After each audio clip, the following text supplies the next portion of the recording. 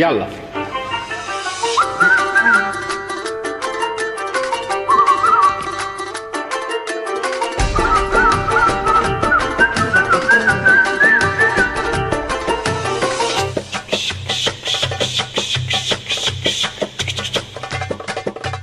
كان في بنت اسمها ترم، ضحكتها مش طبيعية، كل لما عيني تشوفها قلبي يبقى في رجليا. تعبانة ومدوخانة وعيونها مش فهمانة، وتبص لها وتقول تعملوا كده ليه؟ لما بنجري وراها نتمنى طول رضاها، نفسنا نعرف اسمها ايه. كان في بنت اسمها ترم، ضحكتها مش طبيعية، كل لما عيني تشوفها قلبي يبقى في رجليا. تعبانة ومدوخانة وعيونها مش فهمانة، وتبص لها وتقول تعملوا كده ليه؟ لما بنجري وراها نتمنى طول رضاها، نفسنا نعرف اسمها ايه. الحنية والحلاوة والحرية والشقاوة والطعمة واللذاذة دي كنافة دي بقلاوة، كل الناس اللي يشوفوها يبقوا عايزين يخطفوها أو يروحوا يخطبوها من عندي بيت أبوها. الحنية والحلاوة والحرية والشقاوة والطعمة واللذاذة دي كنافة دي بقلاوة، كل الناس اللي يشوفوها يبقوا عايزين يخطفوها أو يروحوا يخطبوها من عندي بيت أبوها،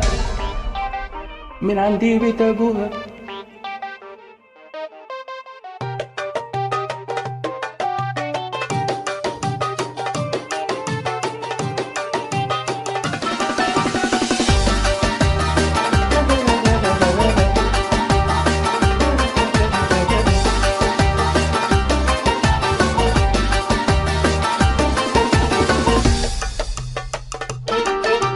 لو كان ابوها سماها كان وفر ويريحنا، بدل ما نقعد ننده ونفضل زي ما احنا. تعبنا مدوخينها وكمان مجننينها، وتفضل تقول تعملوا كده ليه؟ كل لما نجري وراها نتمنى نطول رضاها، بس نبقى عارفين اسمها ايه. الحنية والحلاوة والحرية والشقاوة والطعمة واللذاذة دي كنافة دي بقلاوة، كل الناس اللي يشوفوها يبقوا عايزين يخطفوها أو يروحوا يخطبوها من عندي بيت أبوها. الحنية والحلاوة والحرية والشقاوة والطعمة واللذاذة دي كنافة دي بقلاوة، كل الناس اللي يشوفوها يخطفوها أو يروحوا يخطبوها من عندي بيت أبوها، من عندي بيت أبوها، من عندي بيت أبوها.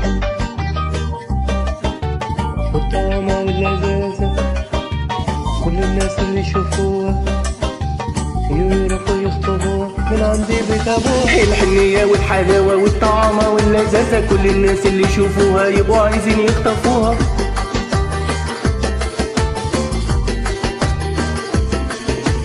الحنية والحلاوة والحرية والشقاوة والطعمة واللذاذة دي كنافة دي بقلاوة، كل الناس اللي يشوفوها يبقوا عايزين يخطفوها أو يروحوا يخطبوها من عندي بيت أبوها. الحنية والحلاوة والحرية والشقاوة والطعمة واللذاذة دي كنافة دي بقلاوة، كل الناس اللي يشوفوها يبقوا عايزين يخطفوها أو يروحوا يخطبوها من عندي بيت أبوها. الحنية والحلاوة والحرية والشقاوة والطعمة واللذاذة كنافة دي بقلاوة، كل الناس اللي يشوفوها يخطبوها ويروحوا يخطبوها من عندي بيت أبوها، من عندي بيت أبوها.